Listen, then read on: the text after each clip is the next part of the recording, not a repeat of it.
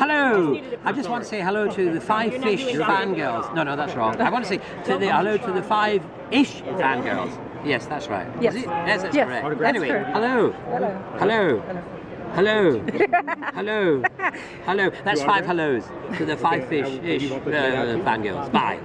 This is Sophie Aldred, who was Ace in the series Doctor Who, the Fiveish Fangirls podcast. No, hang on a minute.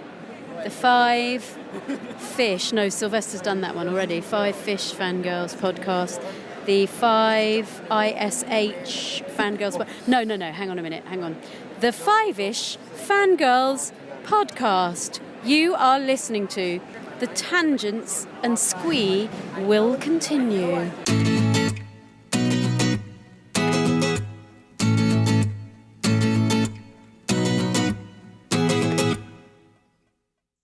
The tangents and squee continue all the way to episode 460 of the Fiveish Fangirls podcast. I believe I can hear your golden age crumbling. Welcome everyone to this week's episode of the Fiveish Fangirls podcast. So glad you could join us. Let's start off like we're doing with the virtual table and see who joined us this week.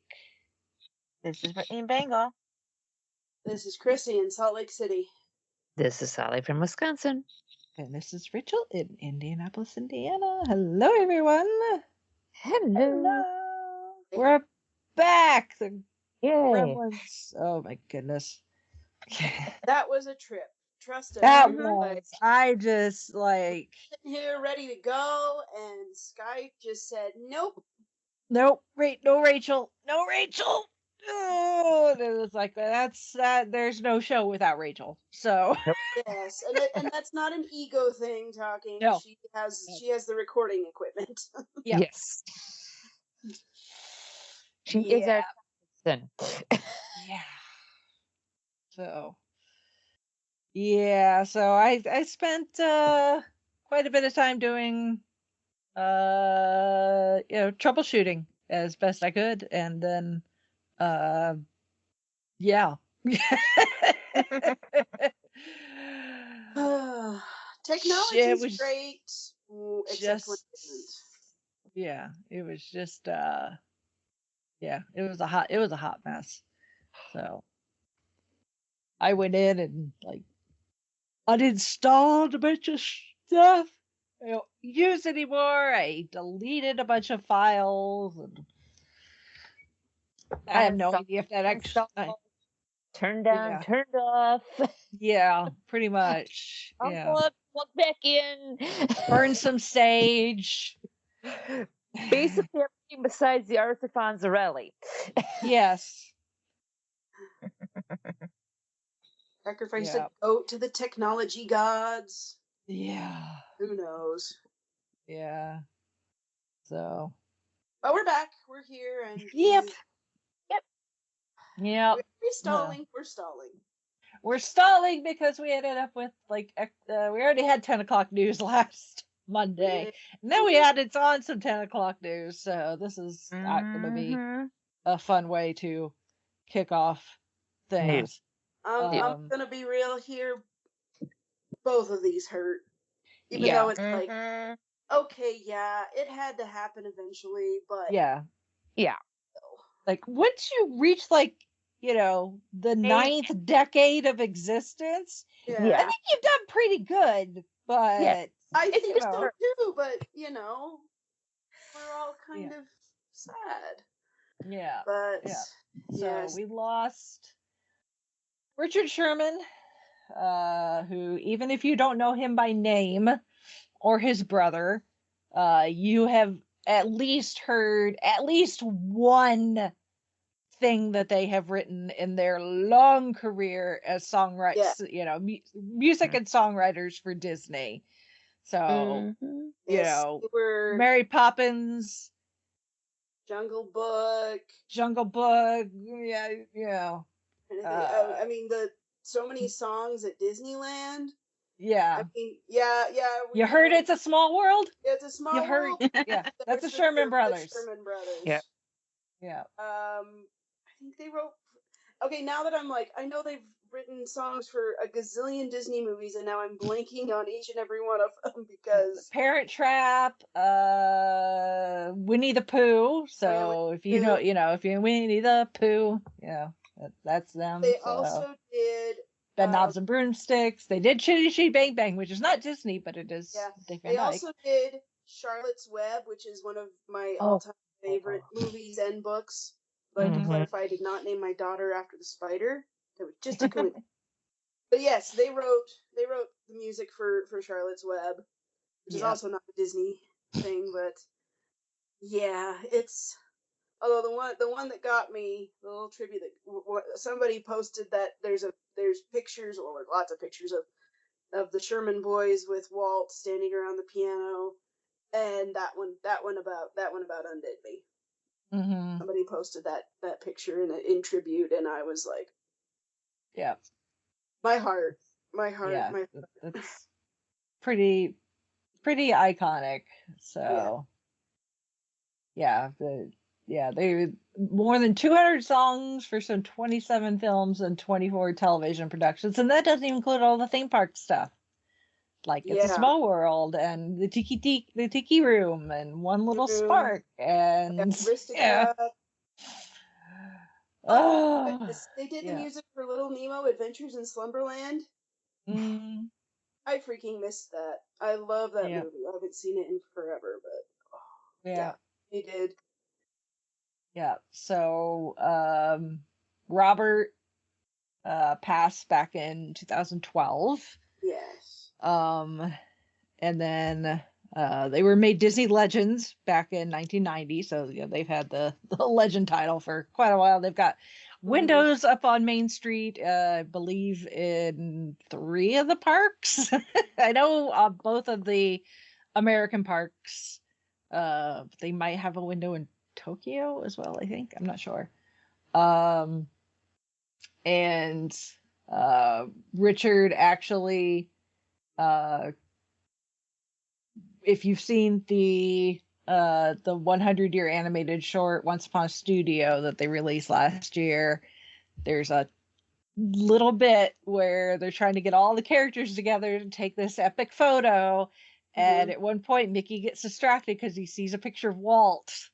I'm gonna cry just thinking about it. He sees this picture of Walt hanging on the wall, and he stops to look at it, and you hear just a little bit of Feed the Birds, because that was Walt's song.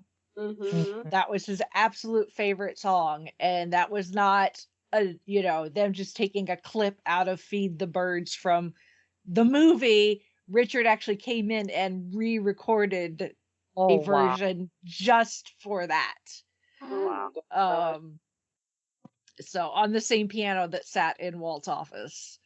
So Richard was still doing work up until last year. But his past, obviously, you can go into the WW Radio archives, and Lou has a lot with Richard. He and Richard became friends years ago, and that's ultimately how Richard ended up on the same cruise that Chauncey and I took, our first Disney cruise.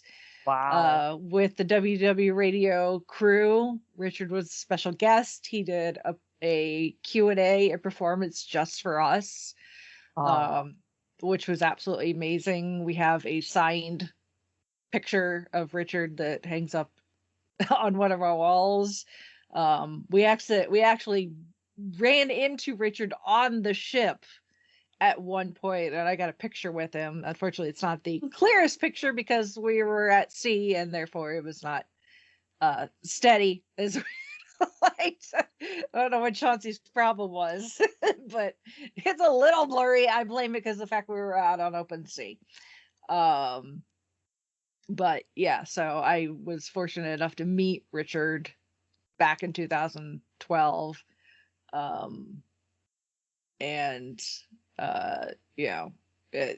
Once you meet the guy, as much as people like to poke fun at like It's a Small World and how like annoying it could be because it'll get stuck in your head and it's very repetitive. It's like once you met the guy who wrote it, though, you kind of can't hate it anymore. I think the biggest thing about It's a Small World is not that the song itself is annoying. Is like when you're on the ride, it's the whole ride repetitively. Yeah. You're repeating over and over and over and over Hey, again. but if you want to learn a second language, that's not a bad place to start. That is true. That is very true. But yeah, so that I think that's sort of the joke, and that's why even they even poked fun at themselves in The Lion King with it. So it's fine. Yeah. But so Richard Sherman, R.I.P. Yeah. And give Walt a big hug for us, will ya? Yeah. Yeah. So, and I'll try to put as many links as possible to Richard Sherman related stuff that Lou has done throughout the years. So, because there's quite a bit. But yeah, those of us in the Disney fan community, that was tough to hear. Losing the legends, it hurts for sure. Yeah, and then it's not one fandom, it's another. Another legend, which oh my gosh. So if you haven't heard, which William Russell passed away at almost making it to 100. He would have been 100 in November, but he passed away this past week. And if you don't recognize the name, first Doctor, one of the first companions. He is one of the OG companions. Gideon Chesterton, and he alongside Jacqueline Hill, who played Barbara Wright, and they were the two school teachers who followed a young girl home to the junkyard, found the TARDIS, and it all went from there. And just oh my gosh, just and I really grew to love those first episodes with like the four team TARDIS. Yep. 4-person team TARDIS, especially with Ian being, he had the whole all the action stuff, but he was also very charismatic, very charming. He just kind of took charge when it needed to happen, and even though I don't know, I love Ian and Barbara together. I love their chemistry. I love their everything with it, and then William Russell came back and did stuff for Big Finish, so he would also kind of play the Doctor a little bit, and as he got older, obviously. So it was just his impression of William Hartnell's Doctor is just so charming. I love it, and those are some of my favorite companion chronicles from Big Finish. If you haven't gotten a chance to listen to those, they're so good. And his character wasn't afraid to stand toe to toe with the first Doctor and take exactly. And I think even too, the first Doctor's is like, okay, you're standing toe to toe with me and pushing me on this. I can respect you for that. I know you're looking out for us as well. So well, and after the news broke, I went on YouTube to just kind of look up clips and sort of remember some of the favorite parts. But I don't know what, I didn't really forget about it, but it was just not in the forefront of my mind. There's that scene from the Aztecs where Ian and the Doctor are sitting there, and the Doctor's like, "Yes, I made some cocoa and got engaged," and he's like, "Wait, whoa, back up here." Love that drop scene. that like nothing, and it's such a cute scene and such a funny scene. And even though if you've seen the Aztecs, it's so there's some really high stakes, a lot riding on it, and they really gotta walk this very fine line to get out of there in one piece. But then there's just this one little moment of Ian and the Doctor having a bit of levity, and it's just like, oh, this is so good. So so good. And people who I don't know. I think a lot of people like those early black and white episodes, those earlier stories, and I don't really hear people disparage it too much, other than to say, oh, it's the black and white stuff, it's too whatever. But I don't know. It's like, if you haven't given Doctor Who, black and white Doctor Who, a chance, oh, it's good. Very different than anything modern, but I think a lot of people are going back and watching older shows just in general, and it's fun. It's definitely different pace, but there's some really good writing, very good acting in there, and again, like I said, it just feels right. Like I can't imagine anybody else in those roles. And but yeah, so as time marches on, this is going to happen more and more, and it has in the past. But yeah, I mean, to almost make it to 100, and kind of being the sort of the elder statesman of Doctor Who for so long, gotta give him props, and will definitely be missed. But yeah, all I can say is thank you. Yeah. Definitely one of my favorites. And yeah, I mean, there's not like one episode you could point to like, that's the Ian episode, because he's just so good in all of them. Yes. And then he also had a 1-season role. It was some like medieval. Let me pull up that other chat here real quick. There was one like he played like Sir Lancelot. That's it, Sir. The Adventures of Sir Lancelot. So that one was like, and that was in color, and I think it was before Doctor Who. Yeah, it was in the 50s. And color, and it is free on Amazon. Oh, okay. So free on Amazon streaming, and I did check out. I'm about midway through the first episode, and it's really it's good. It's him kind of doing the leading man stuff. So yeah, I have heard good things about it. I wasn't aware that it was free on Amazon, because I tried to like find it several years ago, and I couldn't without dropping a gazillion dollars on the DVDs. But that it's on Amazon streaming, I'm like, yeah, I'll check it out. I checked. I tested. I went to another computer that wasn't logged into an account, and like, okay, it's still free. Yay. Okay, perfect. Not sure if it's on if it's freebie. I can't remember if it is or not, or but I'm going to search. Yes. I saw it and it went away. Oh, there it is. Yep. It's on freebie. You like free. And the picture, like he's like looking back over his shoulder, just kind of got this really sort of not smarmy, what's the word? I don't know. Suave sort of look to him. But I'm like, this is gonna be fun. So give that a try. It's free. All it costs you is your time. Can't argue with free. Yep.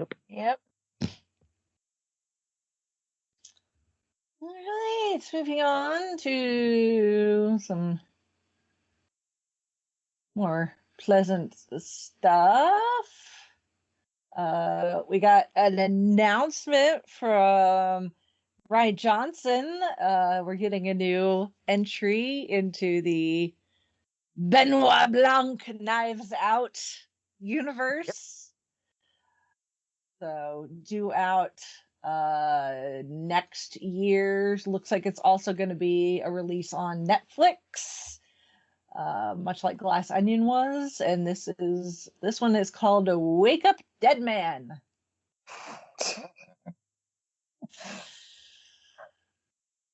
To the tune of the Every Brothers, Wake Up Little Susie? I have no idea. So, I had to go there. With the titles for these, have significance, but you don't really know until you see it. So This is one of those where you're just gonna have to wait, and we're gonna have to wait and see what kind of guest stars we're gonna get, what famous faces are gonna appear in this one. So, but as someone who loves a good murder mystery, I really like these movies. So, Yes. between this and the Poirot series, the Poirot series with Kenneth Branagh, I'm golden when it comes to murder mysteries. So, and then over on the Disney side, we got a teaser for Moana 2. You're welcome. Yes. Looks like we're going to be diving, literally and figuratively, into more of the history of Moana's people, which I think is kind of cool. And there's Maui, bacon and eggs, and there's Hey, poor Hey. Oh yeah, we can't have a Moana movie without Hey. No. I went to my local Pride festival at the past weekend, but the first day of Pride, because it was June 1st. And they had various performances throughout the day. Some people were, just musicians, but of course, being Pride, there's going to be drag. And there was one of the drag performers. She came out and lip synced to How Far I'll Go, and she had a little stuffed Hey, and essentially lip synced and recreated the scene of where Moana first discovers Hey on her raft. So, and with her stuffed Hey, even the stuffed Hey, no respect whatsoever. Hey, not the brightest crayon in the box, so he kind of brings it upon himself. Mm-hmm. Oh my! And then a new trailer for Beetlejuice.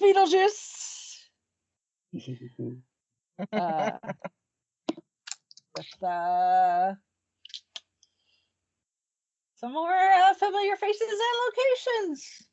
So looks like we'll be returning to the afterlife,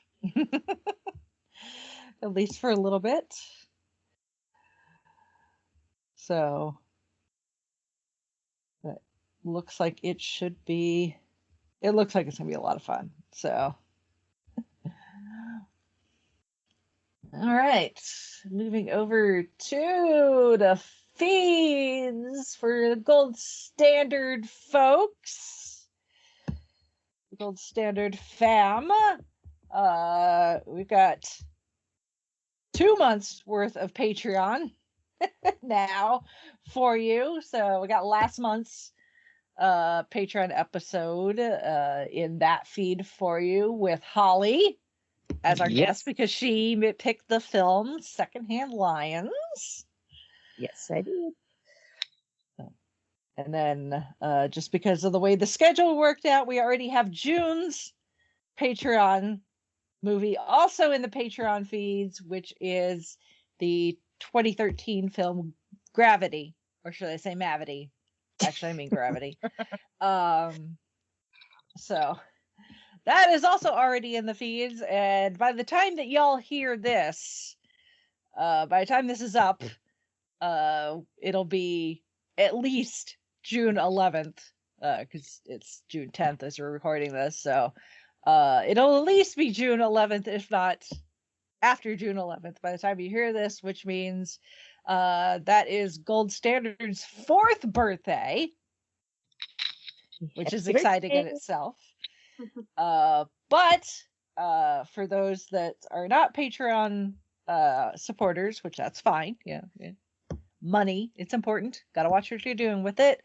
But we did not want to leave this one completely behind the paywall. We wanted everybody a chance to hear it. So in We figure our 4th birthday is as good as day as any to remove the paywall so that you all can listen to Nick and Zan and I talk with Patricia Ward Kelly, who is Gene Kelly's widow.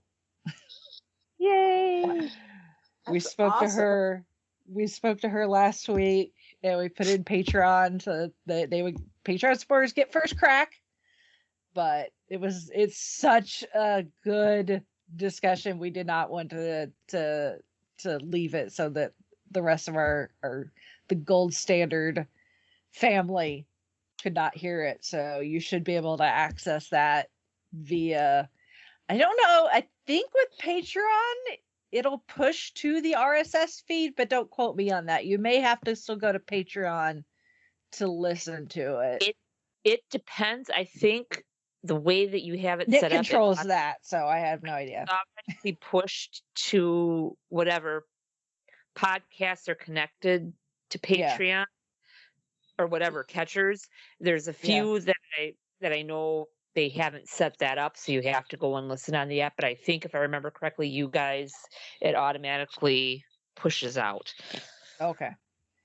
So if you don't see it in your feed on your usual whatever app you use, you can also go to Patreon and you should be able to access it without being a paid patron.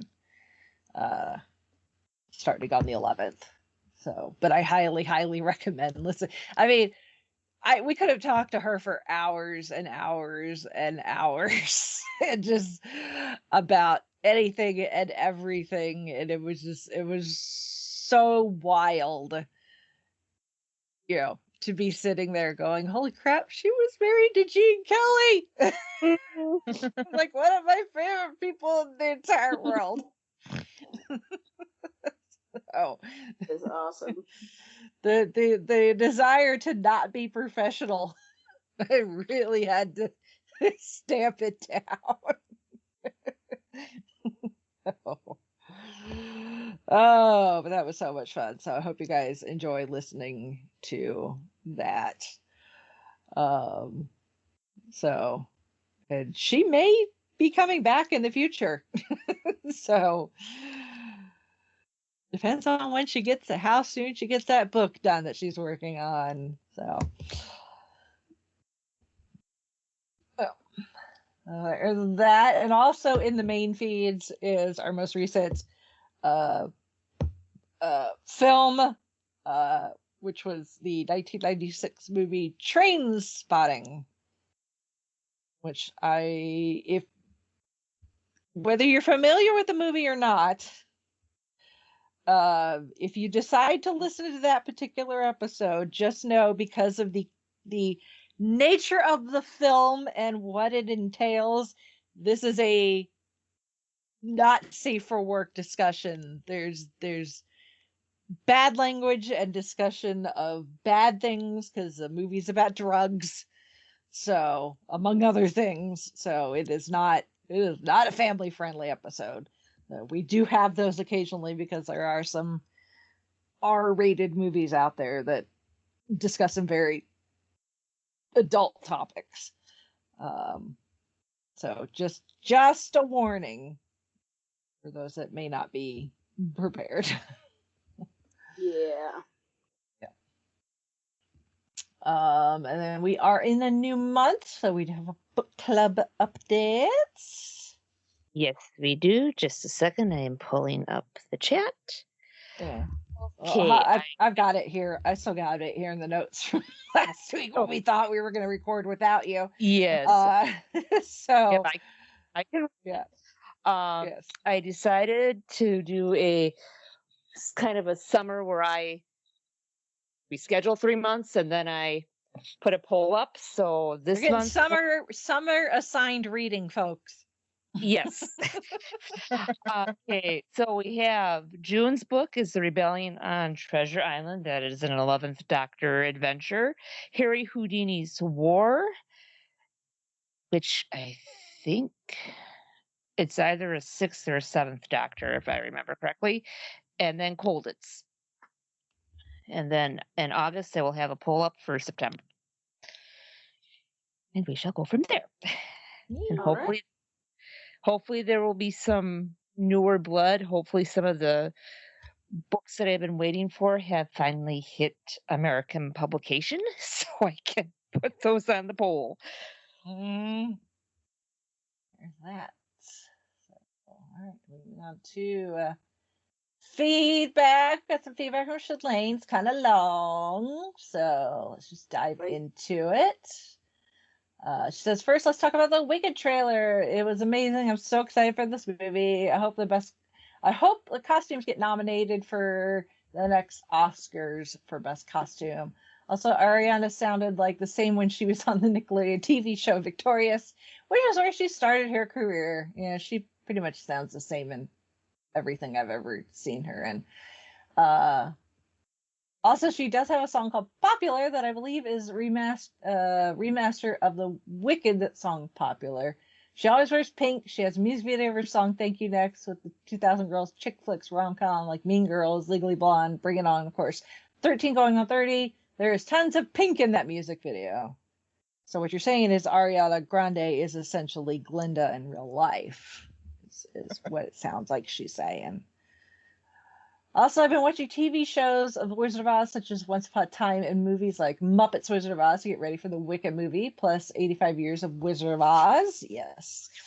Also, Wicked, the stage production, is coming to Utah next year. I'm trying to save my money for that. Hopefully, me and my friend will get to go. I hope you get to go, too. It's also coming through here.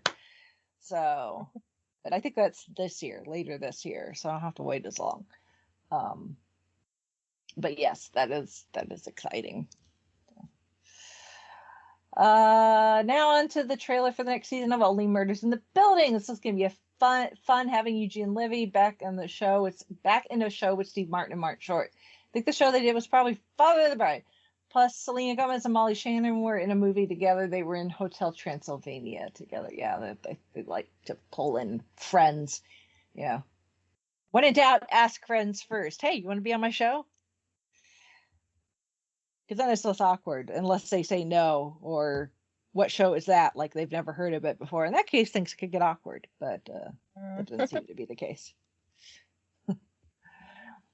Now, going back to the Disney legend, Steve Martin is a Disney legend, and maybe in the future, Martin Short could be a Disney legend because he's done tons of Disney movies like Jungle, Treasure Island, Santa Claus 3, and of course, Father of the Bride. He's also, well, I believe they've updated it since then, but he was the face of the movie in the Canada Pavilion at Epcot. So, because he is himself Canadian. So, but I believe they've updated that movie since then. So, because it references things like fast passes, which is not a thing anymore. So, he was also the narrator for a film that was at Epcot, back when they had in one of the pavilions that now I believe is just special use space. But they had a pavilion and they had like several different attractions throughout the years that had to do with like health and wellness. So they had like the Kitchen Cabaret, and then they had Body Wars, but they had a film called The Making of Me about how babies are made that Martin Short was also the narrator for. So, so yeah, he's been part of the Disney bubble for a while. Quite. So, yeah. Now, on to 13 Going on 30. This is my first girl flick movie I got for either my birthday or Christmas in my teens. I watch it and love it. First time I've seen Mark Ruffalo in this movie before the MCU. Also, Brie Larson is in this movie. She's one of the mean girls, the sick chicks. She got the trivia.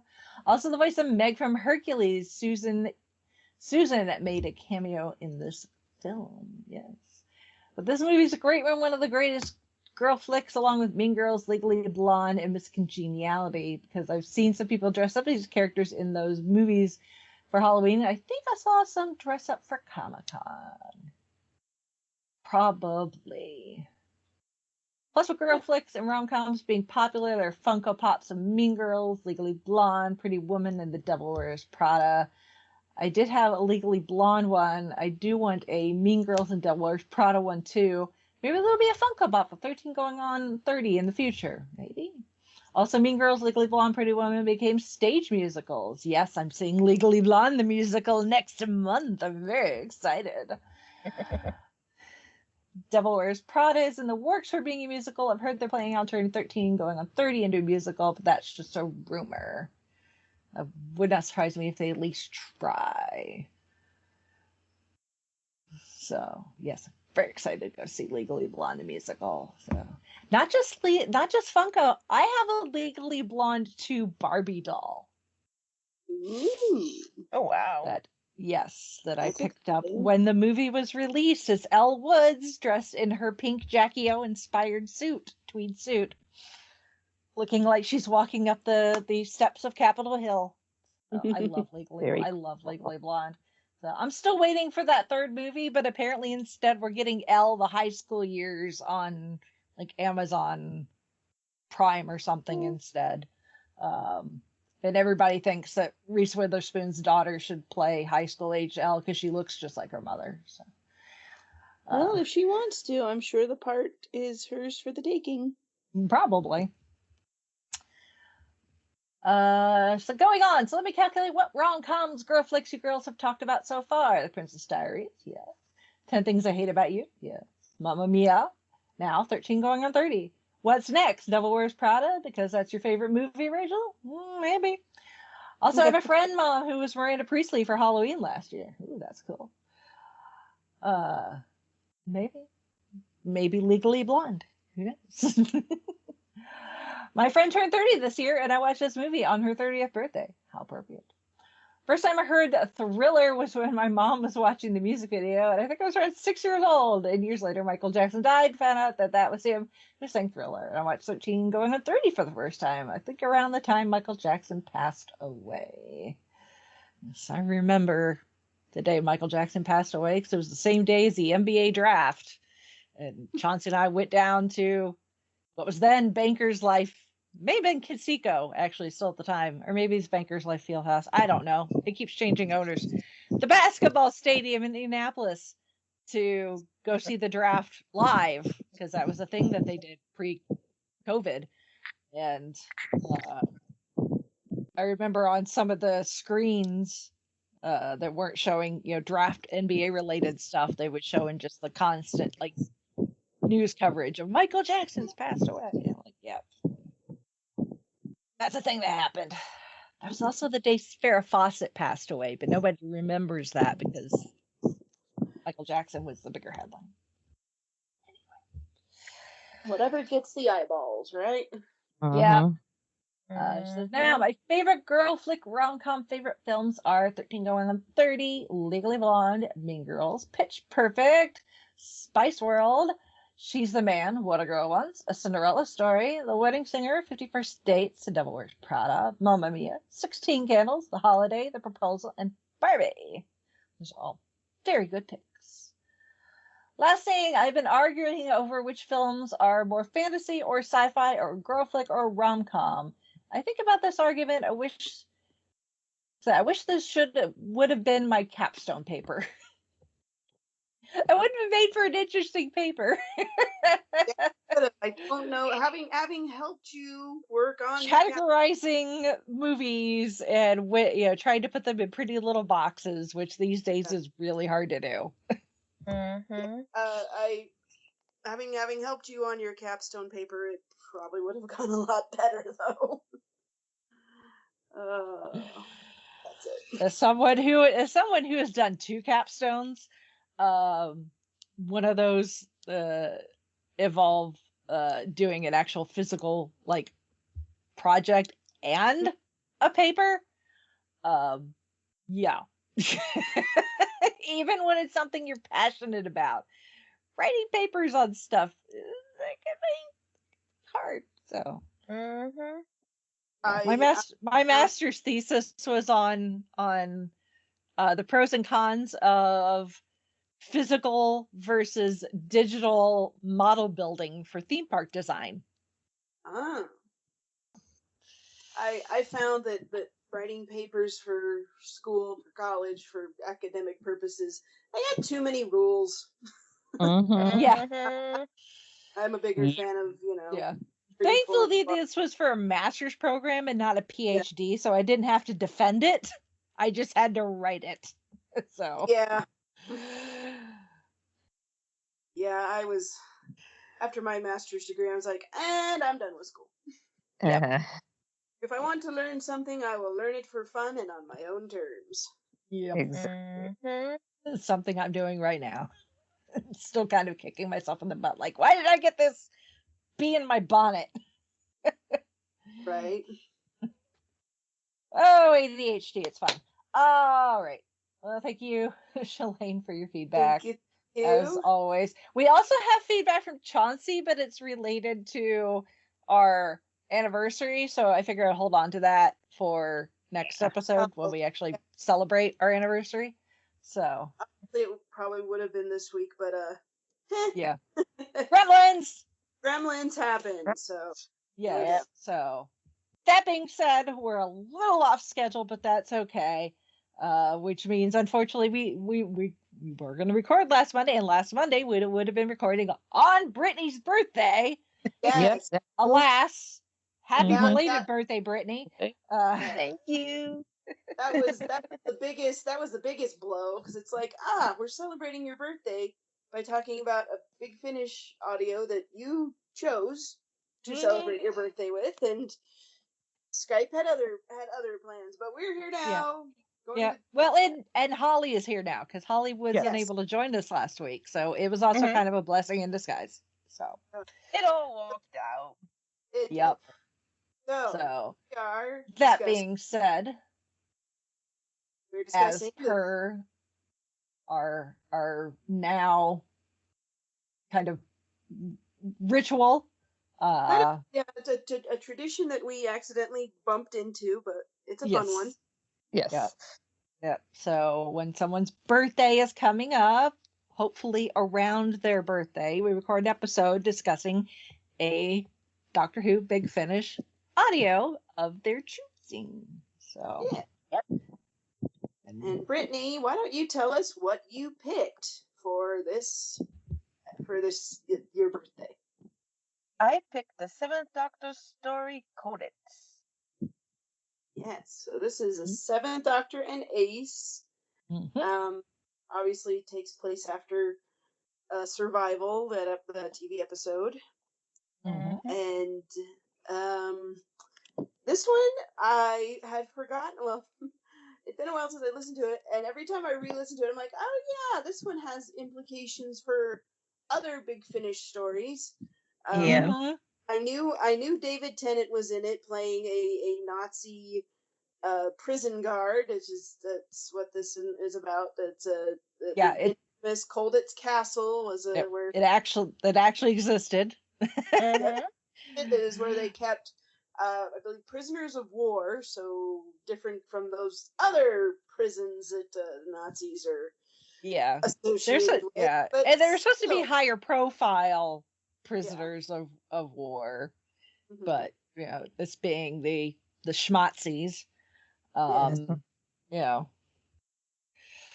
So this one, it's interesting, because at first you think, oh, it's another historical. The Doctor and his companion have landed somewhere historical, and they landed on the wrong side of the line.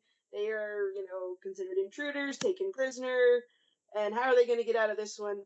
And then a certain Elizabeth Klein shows up, and she starts talking about things like, time travel and being from the glorious Third Reich in the 1960s and other things, and you're just kind of like, what?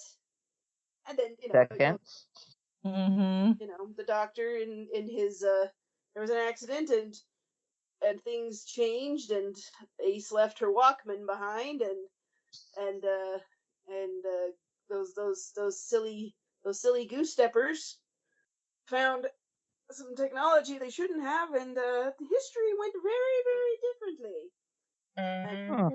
And all hell broke loose. in a sense. Mhm. Since it was the Walkman and not her Nitro 9. Yes. Right. Let's put it It's that funny way. because because you think it's it's got to be something really big and impactful, and it's like, no, it's just the laser in your CD Walkman. That's all it takes for Mhm. World War II to go completely pear-shaped and yeah. Uh, So But they leave you guessing on that, though. That's the they thing, do. is that because they up until like halfway through the third act or fourth act, however many acts this one has, third act, that it makes it seem like it's the TARDIS that the Schmatzis had gotten their Yeah. hands on, and that is what helped them win in Klein's timeline Mhm. version of history. And of course, thinking of it, the idea of the Schmatzis with, the TARDIS and the ability to travel through time, it's like, oh, that's Scary. bad. That's scary and bad on so many different levels. Yeah. Yes.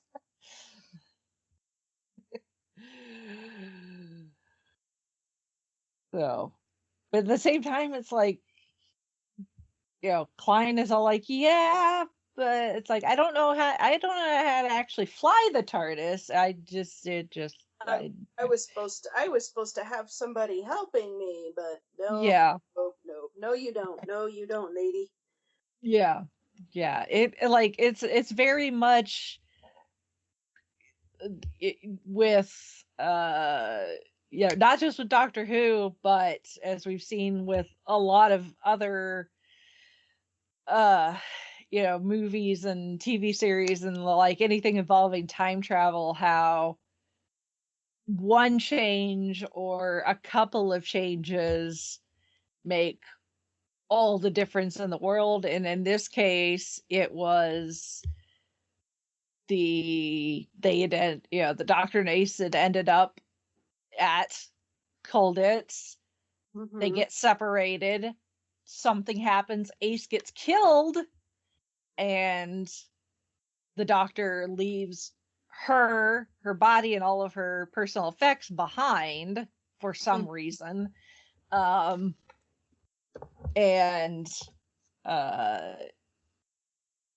ends up traveling to the future and ends up coming back, and then he gets shot and killed. So, which we all know that's not supposed to happen. Exactly. Like, just like we're supposed to know that Ace is not supposed to die. That's, as much as I love Big Finish, the cliffhangers, which I know when this was released, nobody could have, Doctor Who just kind of ended with survival, and we don't know. Right. So we hadn't had the TV movie yet and all of that. So it's like, then they wouldn't have known. I think we had the TV movie because that was in '96. Big Finish didn't really start till 2001 or '99. I can't remember now. Hold on. Well, maybe. Oh yeah, this was 2001. Okay, so yeah, but even then, that's the TV movie doesn't tell you anything about Ace's fate. That's true. So, yeah. So these cliffhangers of, oh my God, the Doctor's gonna get shot, or oh my God, Ace is gonna get shot, and it's like, they're fine. To be fair, this was early Big Finish. There were a few things that they hadn't quite worked out. Yeah. So I'm like, it's okay. They're still getting their feet under them. But I mean, this is a pretty good one for one of the earlier ones. Yeah. So I mean, and even if you know that they're going to be fine, it's always interesting, like when they give you the cliffhanger and then you get the music and you gotta wait for the next bit to start. It's like, okay, I know they're gonna survive, but how? You got yourself into this. How are you gonna get yourself out? Exactly. So, and now I cannot remember which cliffhanger it was, but as I was listening to this last week before we recorded it, so it was fresh in my mind. But I was like, there was like one of the cliffhangers might have been from episode 2 to 3, and it like felt it was like the cliffhanger was it's so intense, and then in the next, all the credits roll, the theme song plays and all that, and it goes into the next one, and then it's just something really simple and like, oh, this was kind of a not so great cliffhanger.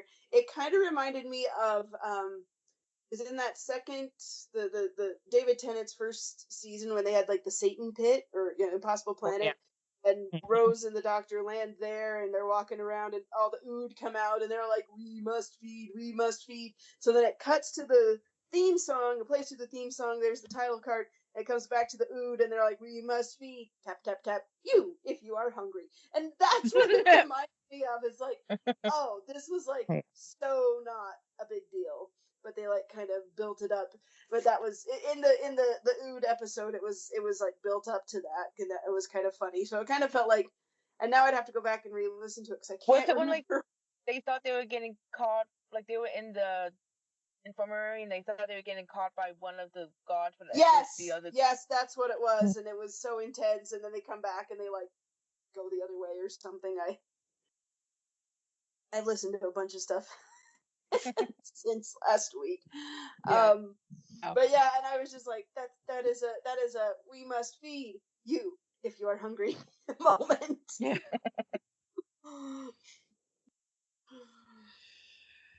So, but it's still fine. It's still okay. Yeah. Yeah. And it is interesting to like piece together how all of this, how did they end up with a timeline that Klein could have come from in the first place, and fix it without creating some sort of paradox, or the Doctor crossing his own time stream, right? Because it's very much the Doctor and Klein get into an argument about what the right, quote unquote, right future is. And Klein's all like, well, I know which future I came from. And the Doctor is like, well, it's not the same future I'm from. I know, I've seen it. And I'm like, that's an argument. But as we just saw in the most, in the series of Doctor Who that's airing now, in the Beatles episode, Ruby tries to make that same argument, and the Doctor proves her otherwise.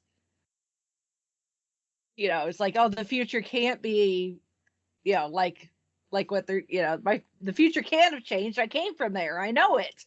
I have it in my head, and the Doctor goes there, and I'm like, ah. So, I wonder if that's something that maybe not necessarily this audio specifically that they had in mind when writing. This most recent season, because that is an argument that comes up more than once. That it's like, no, I have the memories of a particular timeline, and therefore it can't be different. Actually, yeah, it can. So I thought that was interesting. Because if we've learned anything, is that time is just a wibbly wobbly ball of stuff. Yeah, I totally missed, because I didn't read anything about this until after I listened to it, but I totally missed that this is the audio that David Tennant makes his debut. That this is the audio where he was, at the studio for something else, and he essentially like hunted down whoever and Jason High Ellery or whoever, and was like, please, please, please, please, please, I want to be a Doctor Who so badly. You know, Like I will play a Nazi. Yeah. I'll do it. I don't care. Yeah, not knowing in like 6 years he would actually be the Doctor. Trust me, I'm going places. Yeah. Right? You know, because it doesn't sound like David Tennant is the thing. Yeah. So, and it's not like he's just like in what. It's not like he's just like one line and that's it. Like his schmatzy means a bad demise. So Yep. It's true. there's a reason that eventually the TARDIS extended the shields outside of her, so that when we get to something like what is it? Is it the 11th hour that Clara, you know, is clinging to the outside of the TARDIS, you know, and doesn't get vaporized? It's because of David Tennant schmatzy that's part of Yes. I think part of why the traveling outside of the TARDIS is not necessarily life-threatening. Didn't Jack? I mean, I know he probably could have started it anyway, but didn't he travel outside at one point? Probably, but that would have been after Rose made him immortal, I think. So Yeah. his is kind of a moot point, I think. Yeah. And then, of course, we get a scene with the 7th Doctor playing his spoons. Yes. Spoons. Because if there's one thing, when you got Sylvester McCoy's Doctor, and he's confronted with a do-or-die situation, especially with a bunch of schmatzes, what's he gonna do? What's out the spoons? Yep. Duh. So while this story is fairly straightforward, you know, it's ish, you know, it's I say straightforward as it can get for Doctor Who. Yeah. You know, obviously the Doctor had to think like himself, essentially, to remedy this situation without crossing his own time stream. But I love the idea that, you know, he essentially sent the TARDIS back and let the Doctor think like the Doctor. And it's like, what would I do if I was me? This is what I would do. Is make sure that the TARDIS ends up back in my own hands and Ace doesn't die.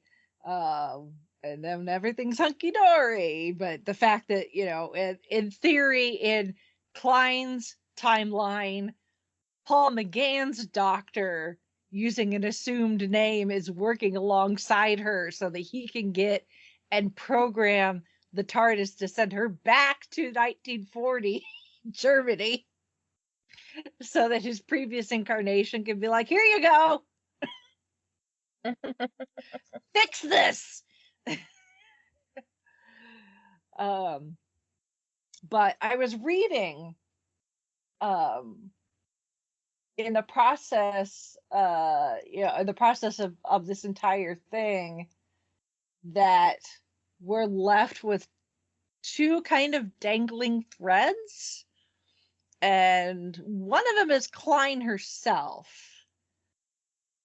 because apparently she reappears in Big Finish, and not necessarily as a bad guy.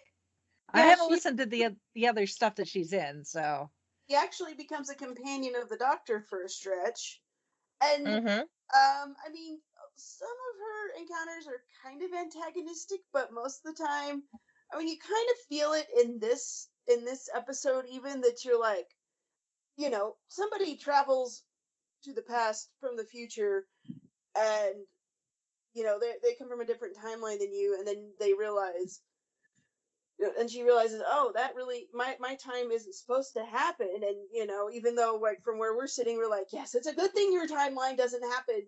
She's like, but that was still my life. That was still my thing. And there's a little part of me that felt sorry for her, just because like she got caught up in all of this stuff, and just because it had to do with the Nazis won World War II and all this is happening. I mean, it could have been something completely else. I'd still feel bad for him.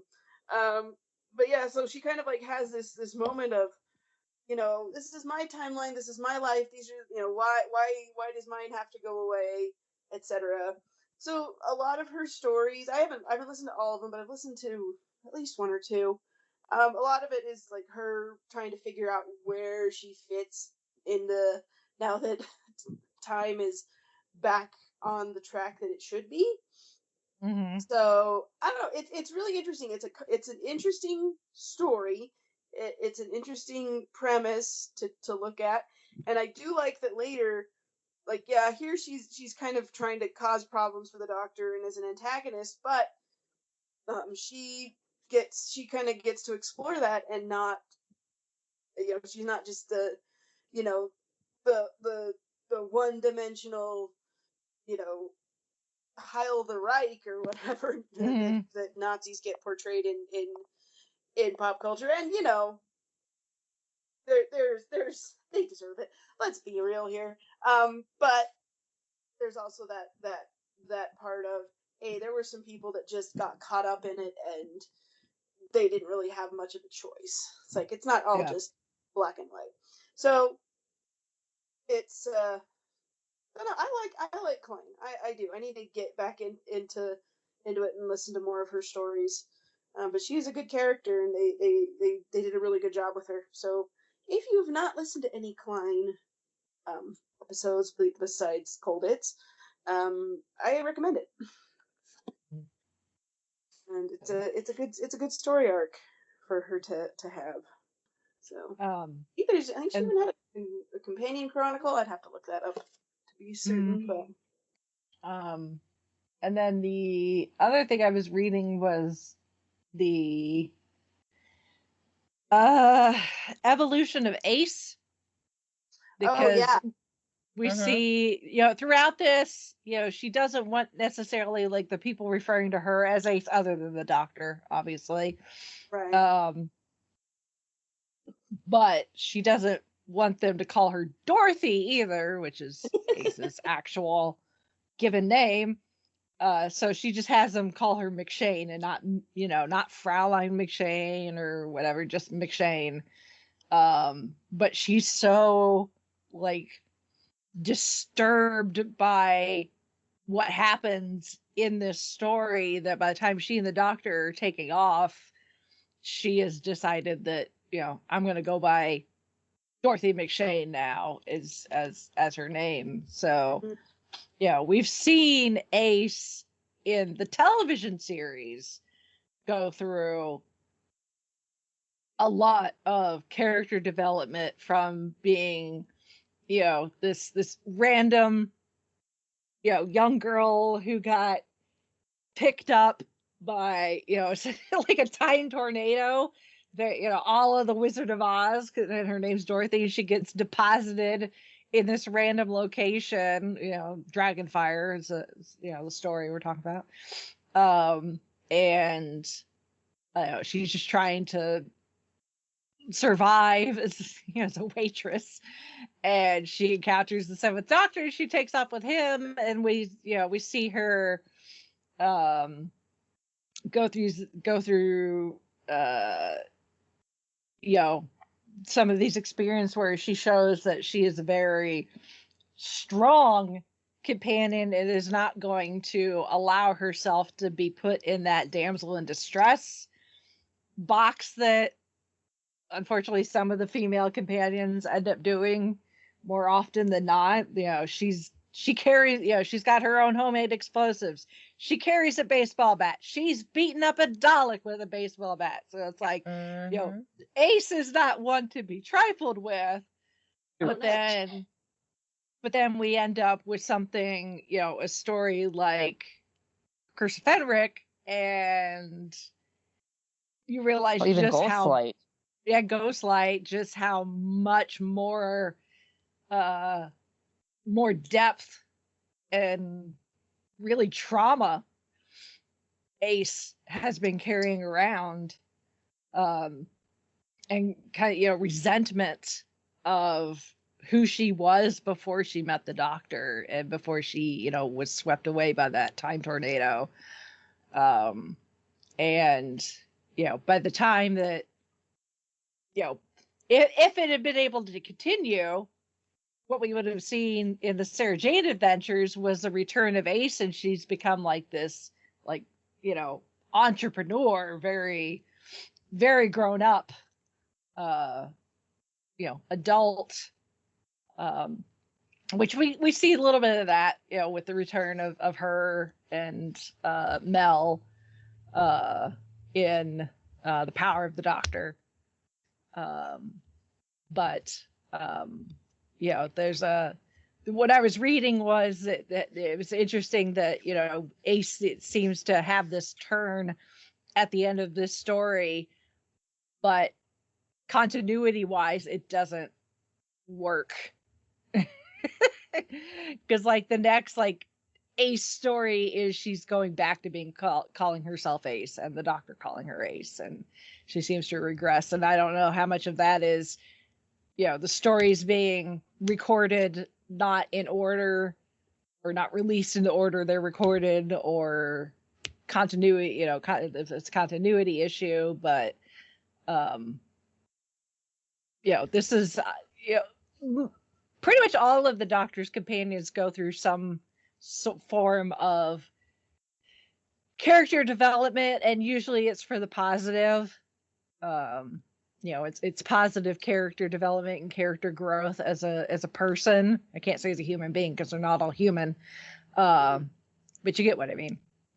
Mm-hmm. But this specific, this is, I think, probably one of the first stories that we've covered where it's the companion is taking a stand, I am, I'm changing, I've seen some things and I don't like it, and I can't change the past, but what I can do is how I approach things going forward. So from now on, I am Dorothy McShane, and knowing what we know about Ace from the TV series into Big Finish into, what we saw of her returning to TV. I guess my question is, what are your thoughts on the character arc of Dorothy Ace McShane? She's Brittany, I'll let you go ahead. Oh no, you can go. She's been on quite the trip. I'm got to restart at Childhood's End, where she meets the 13th Doctor. She has guested in a couple of Big Finish audios of Torchwood, and yeah, I mean, full spectrum. And I mean, she's seen a lot. She can write a whole book. I was kind of surprised that she did not show up at the former companions meeting. She should have.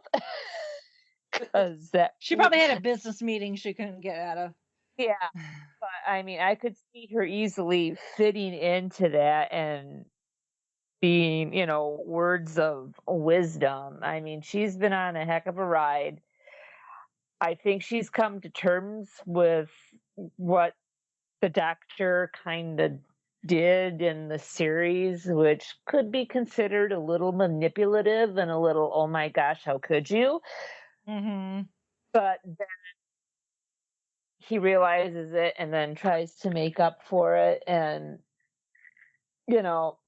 growing pains all around for both of them. But yeah, I mean, I really don't have any major complaints with the path that she ran. It turned out better than what could have actually happened.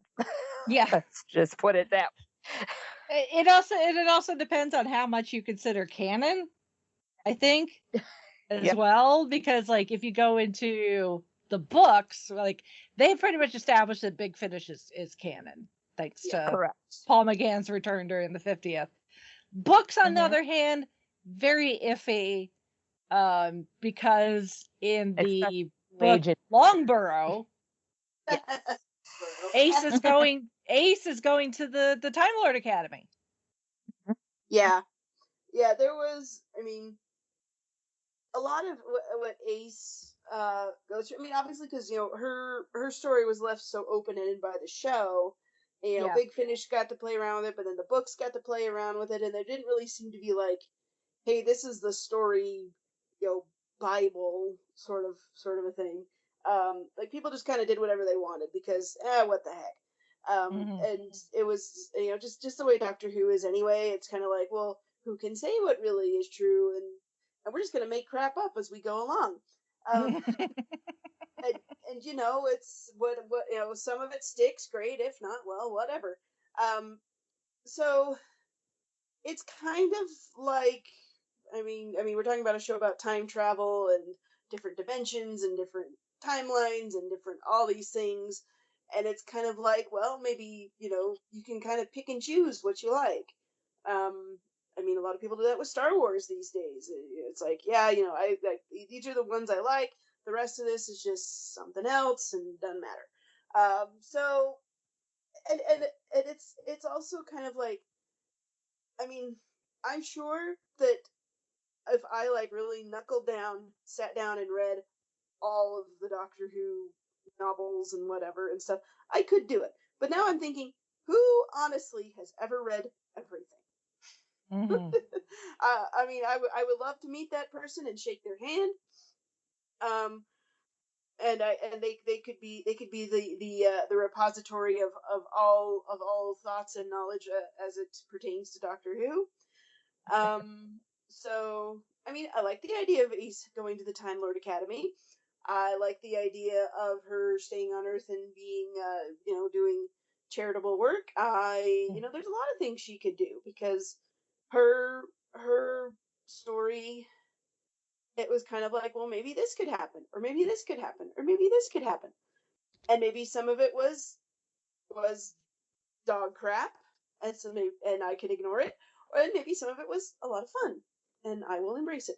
So that is my that's kind of been my philosophy on fandom a lot in general. But yeah, no, I think Ace was written as such, like she could go and do and be anything if we really wanted her to. And I'm like, I mean, I guess if I felt like it, I could argue about it online, but I don't feel like it. Yeah. No, I get it. It's just it's I just found it kind of interesting because this was brought up in my research about this particular audio, right? And the fact that because of what they have done on the TV series in the last couple of years, we have been able to catch up with a couple of the companions and see where they are now. We're going to see Mel again in next week, this upcoming episode, I think, or the one after it, it's not, we're always excited when we see, classic characters or classic villains or whatever come back, and we're always excited when classic companions come back, but they tend to be kind of, a wink and a nod. Right. It's not very often that we get the classic companions come back and actually be an integral part of a new Who story, except for the couple of times that we were able to get Elizabeth Sladen back as Sarah Jane. Yeah, I was going to say, like, a school reunion with Sarah Jane. That one was, like, the example to use the tropes phrase. Yeah, or, and the Stolen Earth.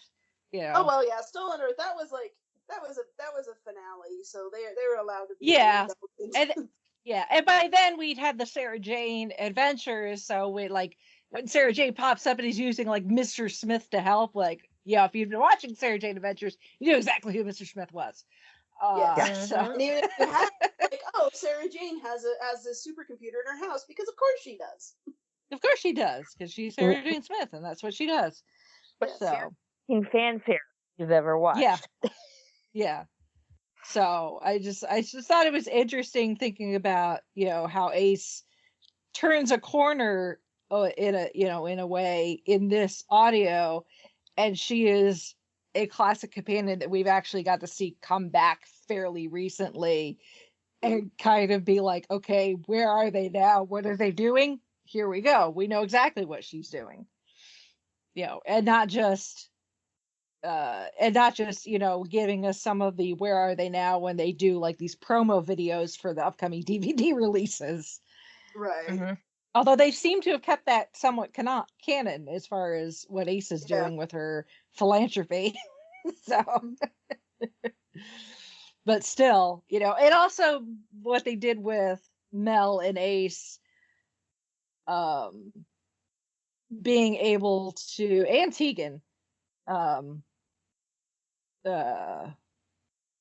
you know, some of our other classic companions where they've got, you know, in these like either DVD shorts or, you know, the handful of you know, New Who appearances they made either in New Who or in the Sarah Jane Adventures, where they've given us, you know, hopefully not the end of their story, but just more like that was then, this is now. And isn't that nice to be able to catch up with old friends, which is I think also partially why they have the former companion support group.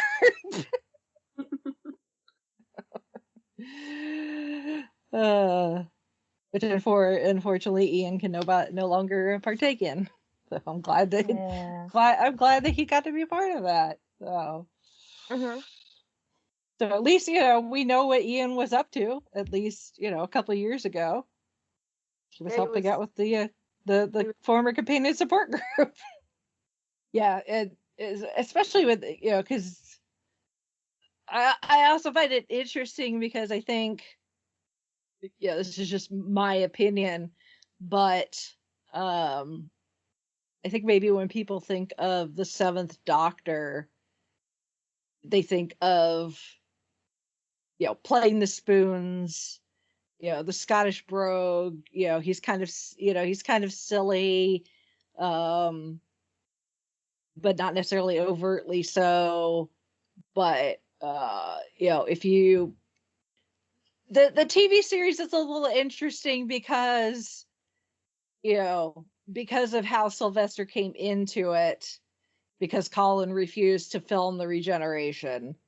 So Sylvester was just kind of thrown into it, like, here, wear this blonde wig, and off you go. You're now the Doctor. And then the series just ended, essentially. Yeah. So they had to just add that, you know, that voiceover at the end of Survival about the tea turning cold. Yes, we have work to do. Right. And you know, you see it somewhat in the TV series, but again, I think Big Finish allows a lot of the classic era Doctors to really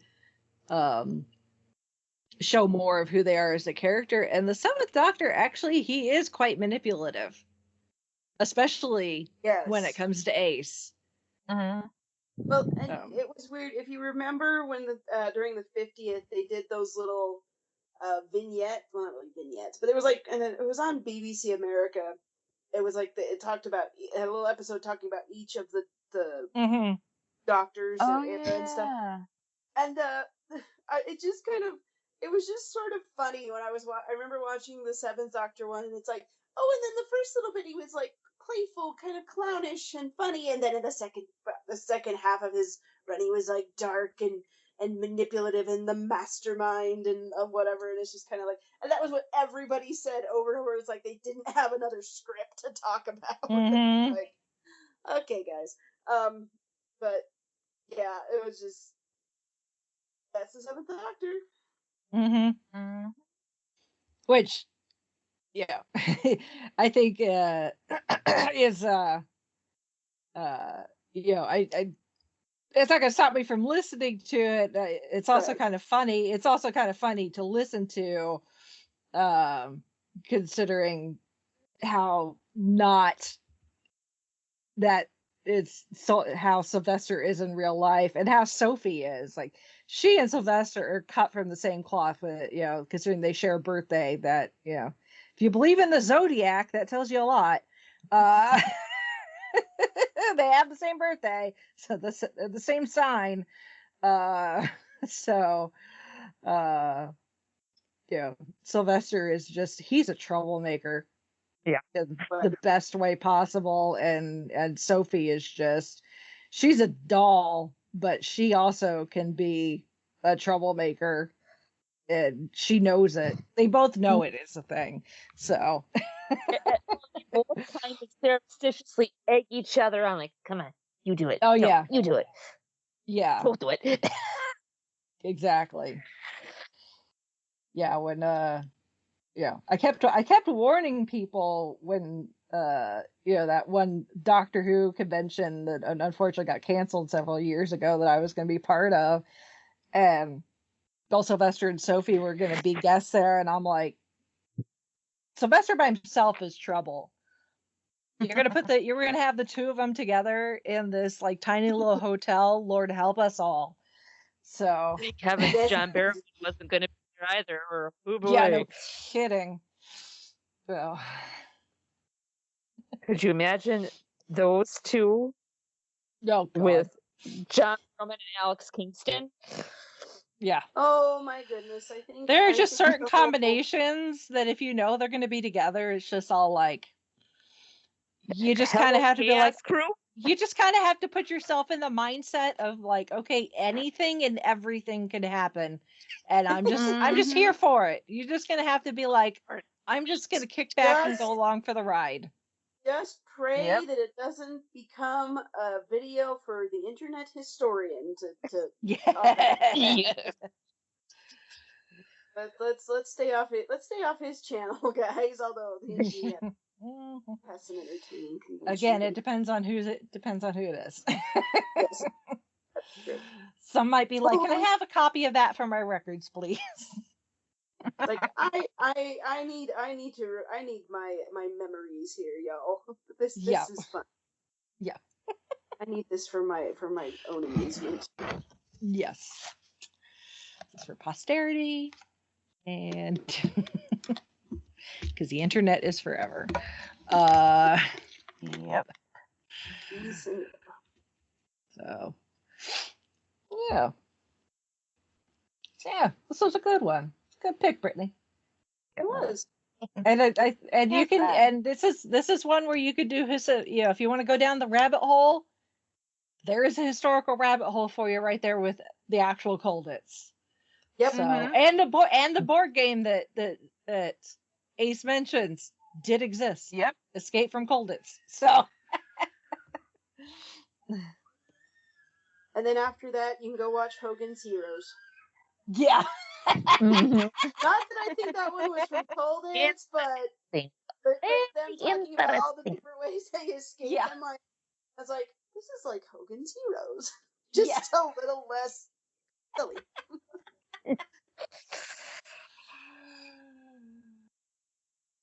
We don't have anybody popping up behind the shrubbery. Yeah. Now I need to see, is that like on Pluto TV or Freevee or one of these? Because that would be hilarious. It might be. Anyway,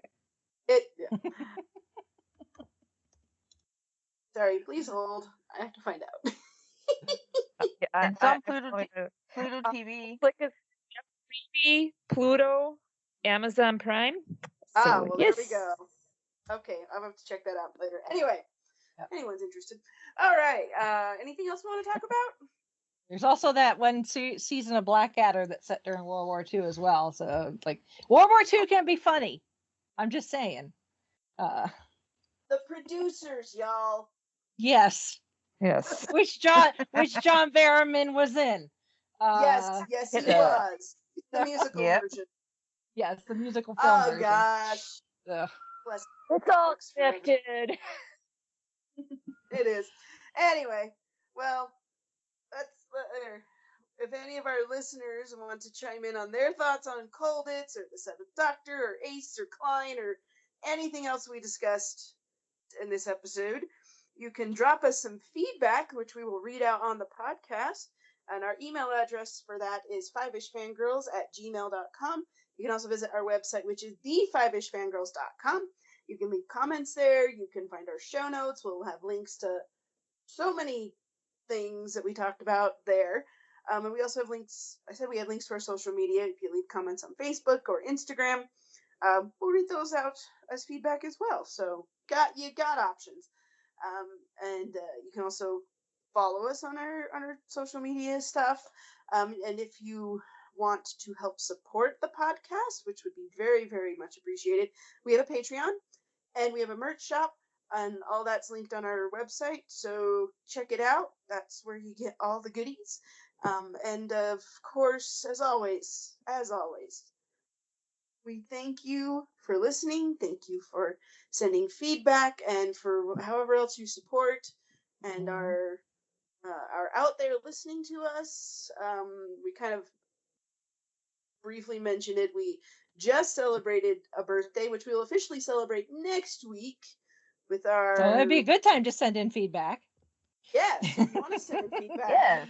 We can make it a feedback palooza. Yeah. Or however you want to do it. So 10 years?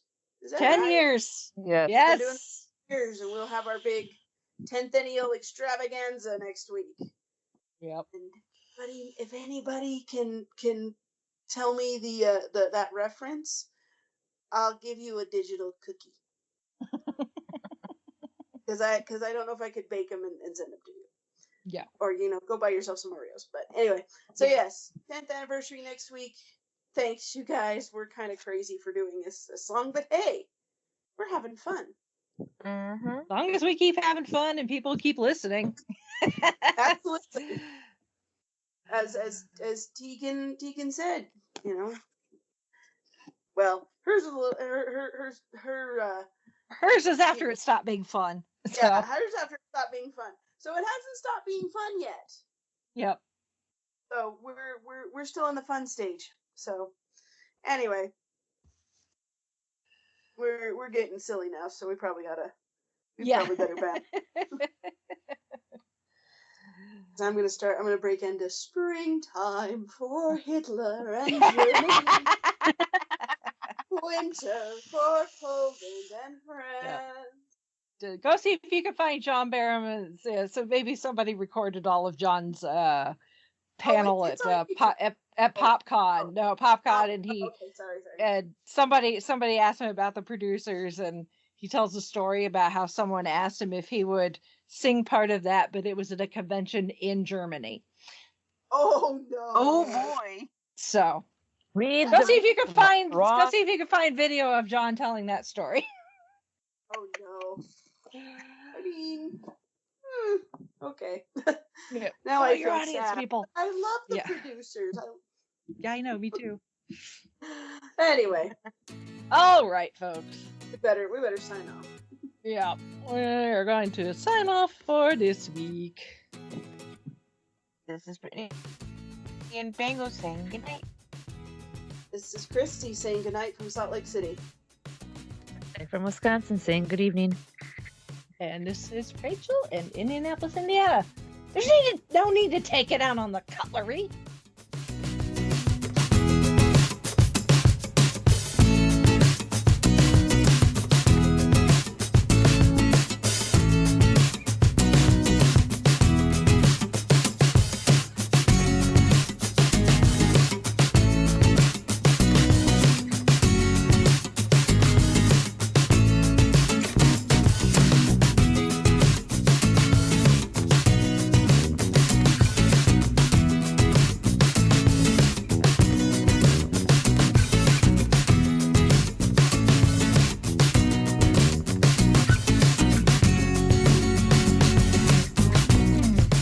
Thank you, our Fiveish fam, for joining us on this week's geeky journey.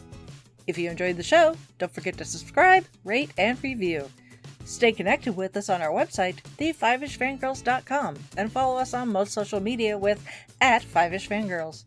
Plus, check out our nonprofit, Fangirls Give Back, to see how we're making a positive impact in our community. Until next time, stay nerdy and let the squee continue.